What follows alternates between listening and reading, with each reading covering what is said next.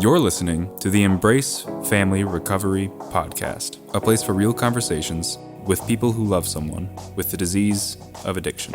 Now here is your host, Margaret Swift Thompson.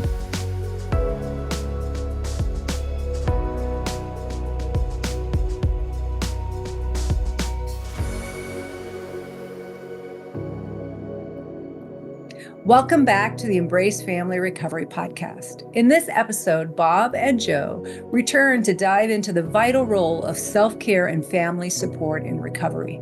They share personal practices that keep them grounded and resilient and can be useful for any of us. Beyond individual work, they share importance of family healing after an intervention and how continued family support can strengthen the path to recovery for everybody. The Embrace Family Recovery Podcast.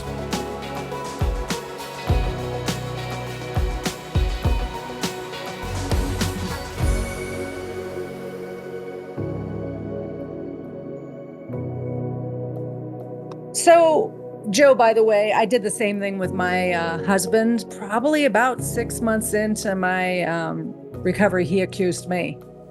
And I was like, oh, no, he didn't. I mean, I came around that corner and I'm not exactly a wallflower anyway on a good day. And I went nuts. And he looked at me and said, I love you and I lost you. My addiction is food. I lost you to food and I don't want that to happen again. And it was like somebody had scripted him therapeutically or coaching wise what to say that I could not react to. And it was like, holy crap, he loves me and wants me in his life. And he was triggered and scared. I was going back to being on the couch every night, eating myself to oblivion when no one was around, because that was my way of escaping. And he wanted his partner to stay his partner. So I think what that speaks to in this dynamic of this family disease is really hard to have a loving, healthy, integrity-filled, authentic life with someone when there is a buffer between us and everyone in our life. And it is scary as hell to remove that buffer when it's been a survival mechanism that served us for a while and has become the enemy that takes us down after a while. When you are working with families around interventions and coaching, because that's part of it, is there a lot of education around this being a no-fault disease and how to take care of themselves? And is that part of what you do with the whole family when you start the preset and whatever support you offer them through the intervention process? Yeah. And more of it comes after, Margaret, right? So we jump into it. They know what one is. Bob mentioned the letters before. 9 times out of 10, we have them write those emotional appeal letters just so they don't stumble over their words, right? They say everything they want to say and they're super emotional and great. And then the loved one goes off. That's where the work is. So Bob and I will work with them for as long as they want us to. But you know, that subliminal codependency stuff that's in there really needs to be identified. You know, the simple stuff is they need to come back into a healthy environment. So get the booze out of the house, think about social circles and where you spend your time. If you really want to do this, because your loved one's working on themselves, you have to work on yourselves at the same time. I didn't come into Al-Anon until my qualifier there is our youngest son. And so the two before, we didn't try to be their higher power. I think unknowingly, I think we handled those pretty well, but we were, I think, a good example. And as you said, your living amends is, you know, you're setting this example for people around you and your kids. But he drove us crazy. I didn't want to be around him, right? He was just a prolific liar and just, you know, stumbling here and stumbling there. And his therapist at the time when he was in treatment said, we suggest you and Joan go to Al-Anon. I love Al-Anon today. I just started a men's meeting about a year ago here in Marin. Awesome. About 7 or 8 of us. Last Wednesday was about 20. There's a lot of double winners, as we say, that are both in AA. And I have found that it's really interesting. Well, we all know that the AA program the world could use, the Al-Anon program the world could use too. There's that relationship between AA and Al-Anon. Before I came in, like Al-Anon is a bad guy. They're not the bad guy, right? They're the people that we hurt the most. And what I found was in Al-Anon that in general, I still do, but I was trying to manipulate the world in order for me to be comfortable. Mhm. And it's just not going to happen that way, right? I don't need to manipulate anything. As a matter of fact, I have no control over it. So it's really helped me get kind of a new baseline, a new foundation for how I live my life. And so, with families, we work with them as much as they want us to, but we certainly right afterwards, because they're like, ooh, and they get that 30, 60-day reprieve where the house gets back to normal. That's where Bob and I will have some conversations with them and just answer their questions and lead them down certain paths that get them on their own path. Right. So I'm curious, before we jump to Bob, Joe, when you look at your youngest being such a struggle for you to be around, his disease manifested in an ugly way that you found difficult to be navigating. So that's my language, like separating the disease from the person, set the boundaries against the disease, love the person. Do you know what it was about his that was so much more challenging for you than the others? It's probably worth bringing up more of a story on him. So our number 5 is adopted. My sister died of an overdose. Oh, I'm so Her sorry. husband, exactly a week later, killed himself. So this boy was 3 years old, almost 4, 3 years old. So there are now 6 of us. And I had instructions from my wife when we had a meeting on Christmas Eve, happened to be Christmas Eve, where he was going to stay in our family, not my brother-in-law's family. We had decided that. And my wife said to me, "You're to come home with this boy." It's exactly what she said. And we knew it was the best house to be in because it was a sober house. So that dynamic, as he's gotten older and he's gotten appreciably better through his own therapy and through treatment, there was a dynamic there of him not feeling part of our family and kind of telling us so. And so different than our biological, though I never think of him as anything other than our 5th child and our son. That was a point that the part of that story that was difficult to kind of be around because he was leveraging that in really ugly ways. And we weren't necessarily doing the best job as parents to feel rejected. Right. And were we not loving him enough? And, today I talk to him every single morning just to say hello, like I do all of my kids. But Awesome. that's why I think there's a dynamic there that's course. important to point out. That's, first of all, how terribly sorry I am for that loss for you and for him tenfold as a little one, losing both your parents in such a way. And then to be accepted and welcomed and brought into your loving home is beautiful. And everything you went through, I'm sure, was to give him every opportunity you gave your other children. We don't know what's trauma has imprinted on anyone at any age, do we? And how it will manifest in different ways. Exactly. Wow. What a gift that he had you all, no matter the struggles, right? Well, he's our gift, right? He's made us better people and better parents. Well, isn't that the story of recovery? Yeah. As much as we don't want it, none of us, the gift in it is we become human beings that we always dreamed we could be, never thought we could. Mhm. Right. Wow. So, Bob, you mentioned a dynamic that I think really hits with many of my families, and that is the family that is buttoned up and looks really good on the outside, and I think you called it a dumpster fire on the Yeah. Yeah, that's a great term. So that's a really challenging family dynamic to change because to the outside world, woohoo, everybody's great, looking good, succeeding, achieving. What's the problem? Yeah. So what do you say to those families out there who that is their reality right now, that they've not even an idea where to go, but they feel like, do I even try because they're going to work still? Or do I even try because they're successful? Do I even try? But at home, it's walking on eggshells, not knowing what the next thing's going to be. And it's miserable and scary and upsetting. And I want something different, but I don't even know where to begin. Right. And so often there is, let's say, for some of the interventions I've done, the dad sees it one way and the mom sees it the other, or a sibling, one sibling sees it like, don't upset the apple cart. And so that creates an even more challenging situation. Mm-hmm. And one of the things that Joe and I do, I think, really well is we know where the end of our expertise lies. So often with a family, we'll call someone like you, Margaret, because we'll say, okay, we're setting up base camp for this family. Mm-hmm. They now trust us. They understand that their loved one is going into treatment or not, but hopefully going into treatment. They recognize that this system that they've been all part of has flaws. When they go into denial, like, nope, it's just them, they'll go away to treatment, and I can't talk them into changing that dynamic in the system.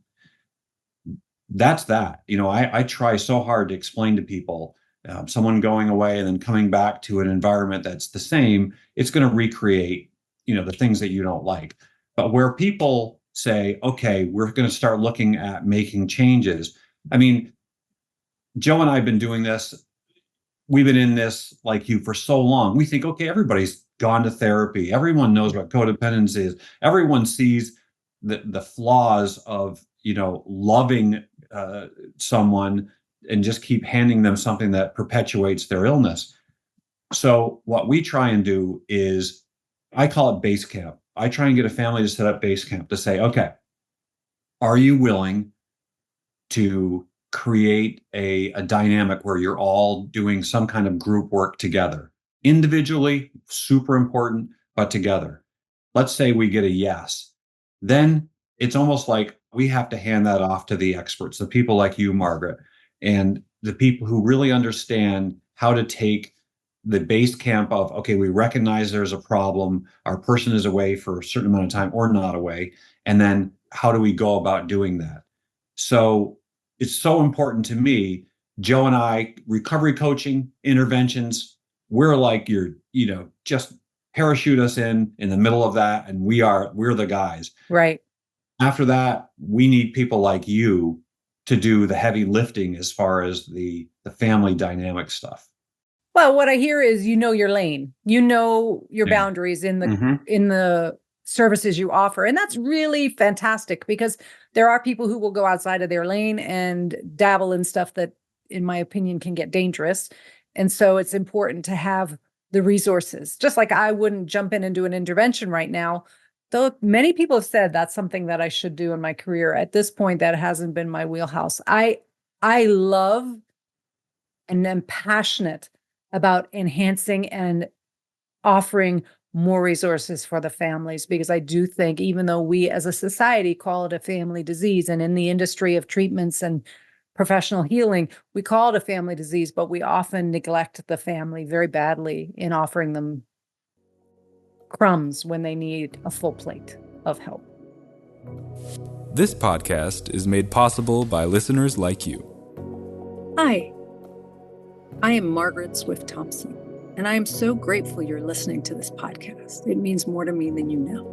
As a result of the growth and continuation of my mission to help more family members find resources and enhance their toolbox with things that can help them navigate this journey of recovery, I want to let you know that I'm coming back with family coaching. So I'm starting the Embrace Family Recovery Coaching Group again. And I want to make sure people know that this is a group, and it's a coaching group, and it's open to anyone impacted by the disease of addiction from a family's perspective. So it could be your parent, your partner, your child, a sibling, anybody. If you would like to be a part of this educational and supportive community, please go to my website, embracefamilyrecovery.com, and look into the coaching group. We're going to have it for all people impacted. So we're not going to divide the group into parents or partners or siblings. We're going to just have an Embrace Family Recovery coaching group. So if you want to know more, please head to my website and find out more, learn more. And if you have any questions at all, please reach out to me by email at margaret@embracefamilyrecovery.com. You're listening to the Embrace Family Recovery podcast. Can you relate to what you're hearing? Never miss a show by hitting the subscribe button. Now back to the show. So when you look at your own story and your clients you've served in this world, what would you say is the most meaningful thing that a person who loves someone with this illness can do, the most valuable and supportive thing, rather than go to the negatives, what we shouldn't do, because there's a lot of that. Let's talk about the gifts and the positives. If you were to say, as people in recovery, people who do interventions and people who do coaching for people in recovery, what would be those glimmers that you would offer family? I love saying to people, Margaret, asking them what kind of work they've done on themselves. Yeah. Because to me, it's like such a first things first. How, the whole metaphor of put the oxygen mask on ourselves first, it's so true in this world, because if nothing else, people don't have the language, they don't have the understanding, they don't have compassion. I always talk about fuel, because the fuel is fear. And then when we can identify with them, if you're fueled by fear, you're going to keep going down the wrong road. Whatever the opposite of fear is, whether you call it love or faith or awareness, that's the fuel that we want people working with. And that's why I always tell people, I even say to people, can I get in your lane for a minute? And this is especially when you got let's say a husband and wife, and one of them is just saying, no, it's, not mine. And I'll ask them, can I just get in your lane for a minute? It's funny. Sometimes people are like, no, you can't, so I'm certainly not a couples counselor. Okay. But I love that you ask, and you are not assumptive. You ask to be invited in. What a respectful, boundary-filled way to approach it. I think that's important. Yeah. Yeah, it goes right to that whole credibility thing. I mean, these people don't know me. Here I am jumping into this incredibly intense, emotion-filled, baggage for years situation, and just helping them. They see this problem and I see this problem, and trying to sensitize them to the fact of the system. Yeah. And in the event that an intervention doesn't work on that day, or doesn't work at all, we haven't done hundreds and hundreds of them, but we've done a lot of them, and they have to date all been successful. Now, we don't know what that's going to mean when they go to treatment. I've had someone leave after 3 days and someone leave after 20 days.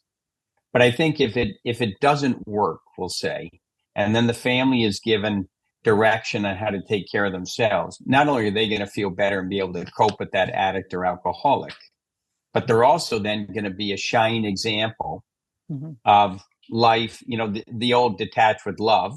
So I think you have to remain loving to them. Yes. And usually that's been lost. I mean, they love them, but they just don't show it because they're frustrated and they've been burned and scorned and everything else. But if they're working on themselves and truly can do that, and that's really hard work, then that person is going to want that person who's showing that side of them, which is someone who kind of likes their life, is being decent to them, while kind of ignoring them if they're still in their disease.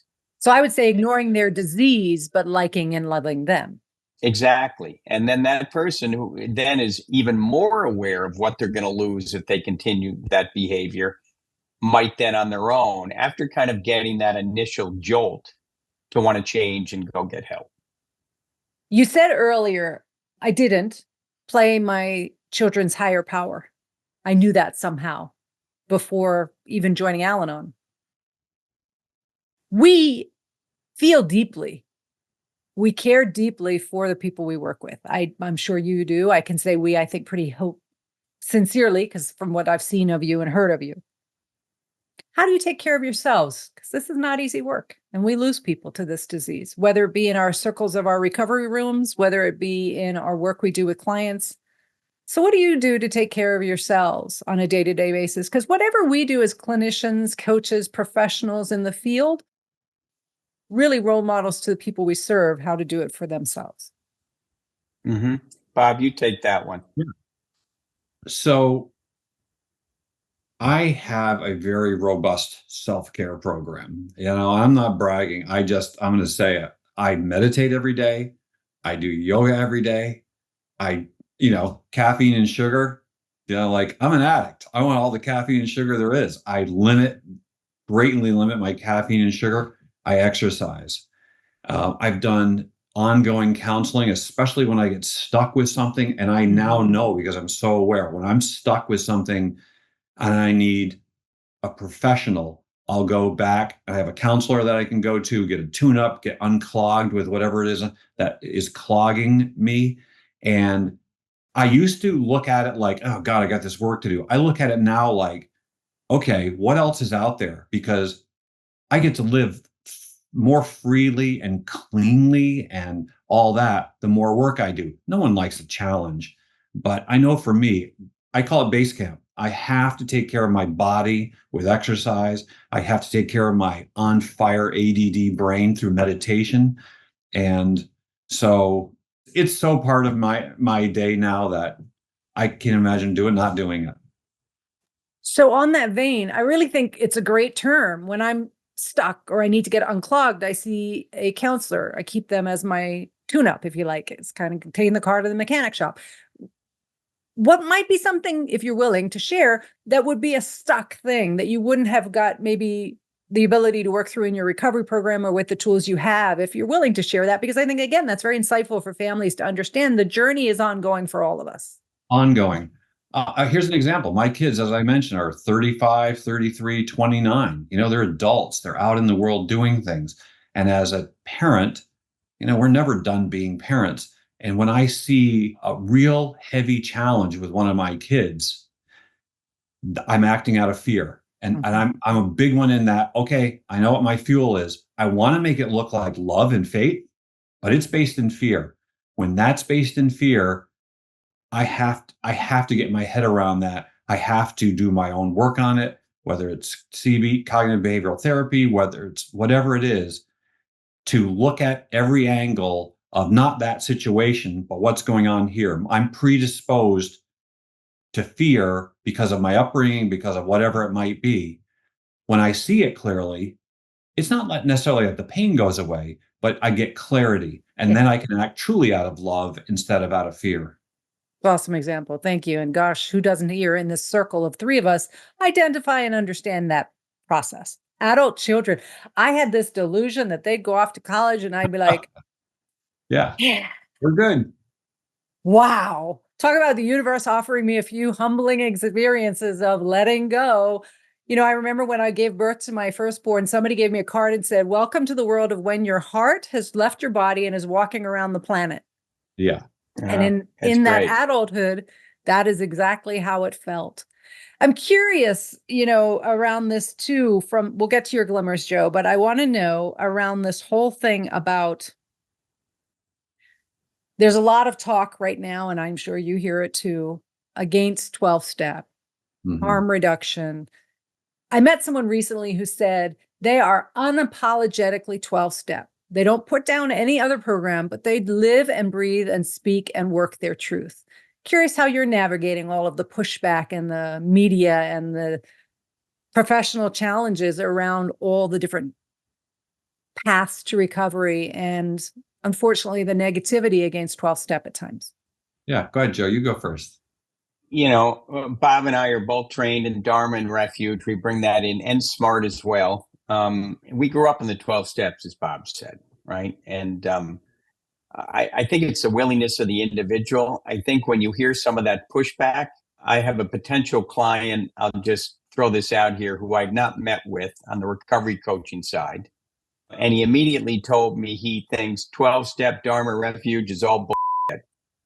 And it's not factual. Yeah. So we had that conversation, right? It probably shouldn't be in here, but anyways. So I think it's the willingness of the person. And if you're fighting back too much on it, I don't hear a lot. I mean, there are a lot of 12-step meetings. In Marin County, there's 300. I know there's 367 a day. and that is within 30 miles of me. So there are over 300 meetings. But I also go to a wonderful Dharma meditation meeting, which is tonight. I go to a refuge meeting occasionally.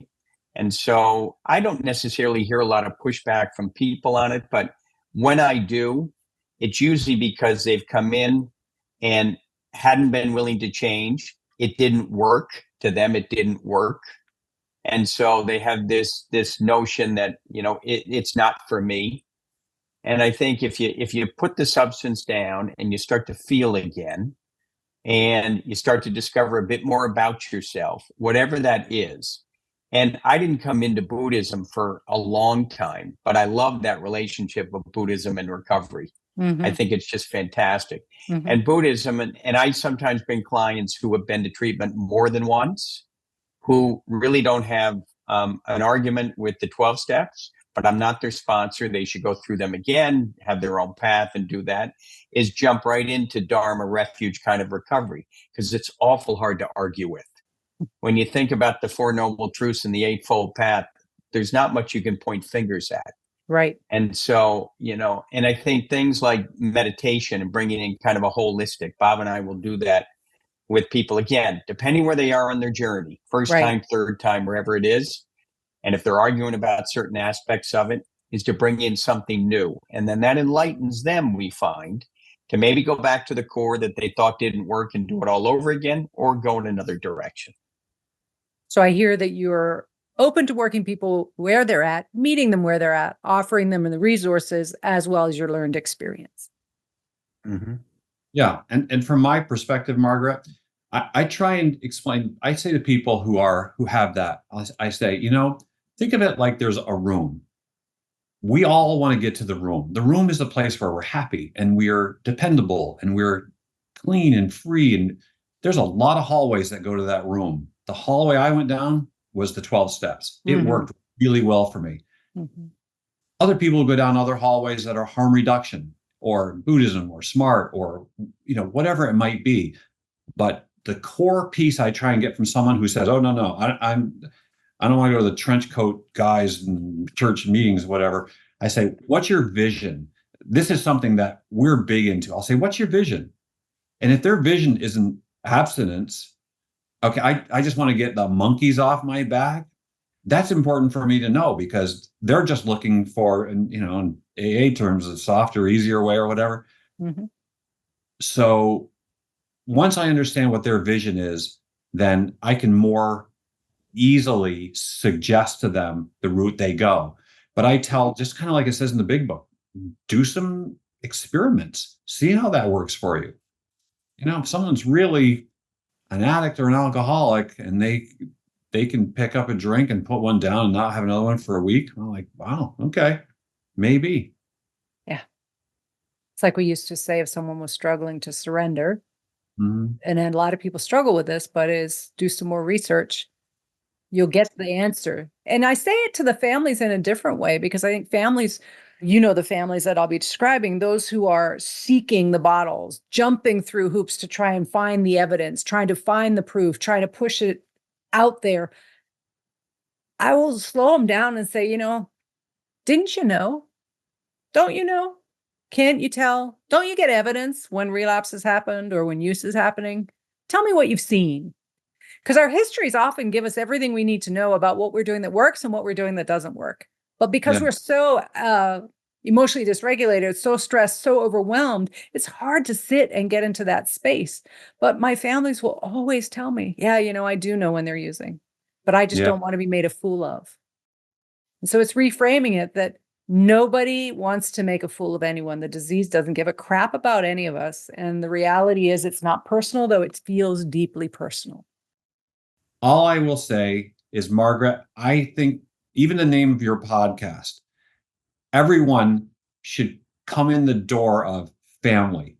And I applaud you so much with your work and your podcast, because honestly, you can't find someone that Joe and I work with where the family issue isn't front and center and we have to go about explaining it. So the work that you do, your podcast and everything like that, I just applaud you so much. I'm happy to be on your podcast, and I'm waving your flag. Thank you. And I think the fact that you two have this beautiful relationship, that you created this incredible support network and program, base camp for your clients, that's going to be fantastic. And I can't wait for people to learn more about you through the podcast. All So, right. Joe, what's your glimmer? What are those things that you'd like to leave that are hopeful for families and people impacted by this disease? Be patient, right? Be patient, both with yourself and the individual that is struggling. It takes time. There are no quick fixes. Celebrate the milestones, really celebrate them, right?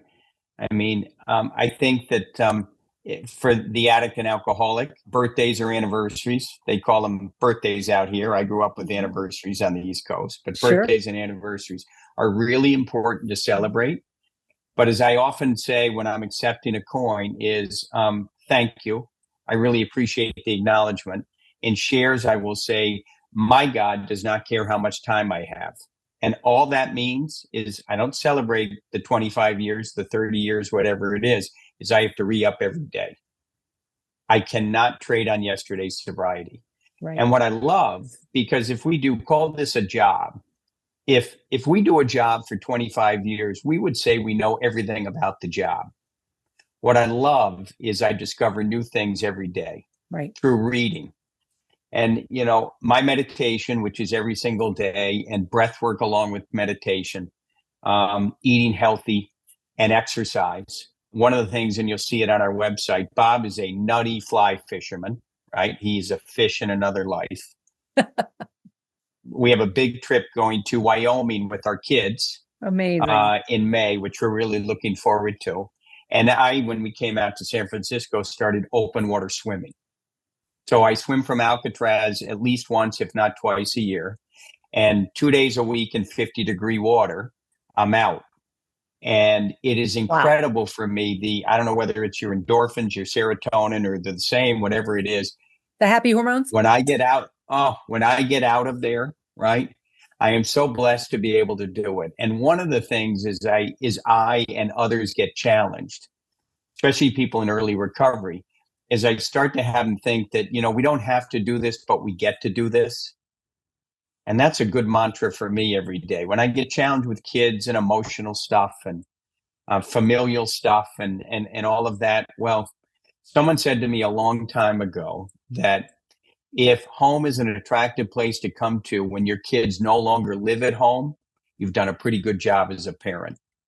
And so, as I said before, 4 of them are out here and 1 is on the East Coast. I say good morning by text to all 5 of them every single morning. And then someone just taught me a wonderful, wonderful thing, which I started a few years ago, is on Father's Day, I write them all a letter telling them what it means to be their father. Beautiful. If I wasn't in recovery and didn't have all of this, none of that would be. I might jump in and do something that looks good, and Right. None of that would be happening. I hear the skeptic listening saying, that's a lot. He does a lot to stay well. I know the truth: to stay in the disease takes a hell of a lot more work and energy than it does to stay well in recovery. I'm curious if that is your experience as well. It is. I think it's a lot easier to stay sober than get sober. Mm-hmm. And I absolutely believe in, the struggle to come in. I was blessed. It's one of my gifts, and I say this out loud at meetings, that the compulsion to drink and drug was pretty much lifted from me. That's my gift. Mm-hmm. I never look down upon anybody who relapses. Sometimes it's very necessary, right? But that's my gift. I may struggle in another aspect of my Right. life that someone doesn't. But the work that you do to stay in, I think you just have to kind of, back to Bob's point, and we use that term base camp all the time. Come back to your base camp every day. And anything that's kind of, future tripping and is out there, just come back to keep your head where your feet are, just for that moment, right? And fundamentally is all is well when you just kind of look at where you are at that moment. So for someone who's kind of overwhelmed and think that's kind of a lot of work, I got there over a period of time. And other things that I complicated have kind of been simplified and pushed over. And I brought new things into my program and my life and my rituals. everybody will kind of form their own kind of universe depending on what kind of makes them tick. I have to say, I think that to be a client of yours in an intervention and their families, they're truly blessed, because what you offer is quite beautiful to see you both together on this podcast, because I had a chance to talk to Bob separately. And you have just a deep friendship and respect and a sense of peace and a high sense of integrity that you work a program, and that helps keep you in good stead when you work with such complicated and challenging cases as interventions can offer. So I'm really glad to have met you both and to hear what you're doing, and to know that you're a resource out there for family members who may be needing to do an intervention or wanting to do an intervention or seeking guidance on whether or not to do an intervention. So, Joe, if there was someone out there listening who's really on that fence or questioning or wondering, how do they get hold of you? What's the best way to reach you? You can try me anytime. The best way, I would direct into our website, which is East West RC for Recovery Coach, eastwestrc.com. And our phone numbers are on there. You can fill out an info form. Don't do that. Call Bob or I anytime, and we'll have a conversation. Wonderful.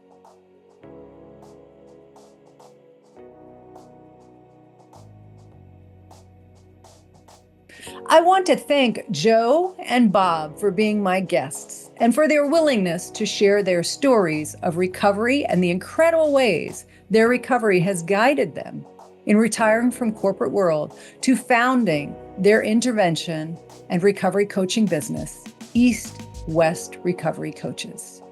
Come back next week when I have the privilege of introducing you to Mallory. Mallory shares her journey as a sibling of a person with a substance use disorder in her family. Mallory's story highlights the often overlooked struggles of siblings in the families affected by the family disease of addiction, and the healing power of developing one's own personal recovery. I want to thank my guest for their courage and vulnerability in sharing parts of their story. Please find resources on my website, embracefamilyrecovery.com. This is Margaret Swift Thompson. Until next time, please take care of you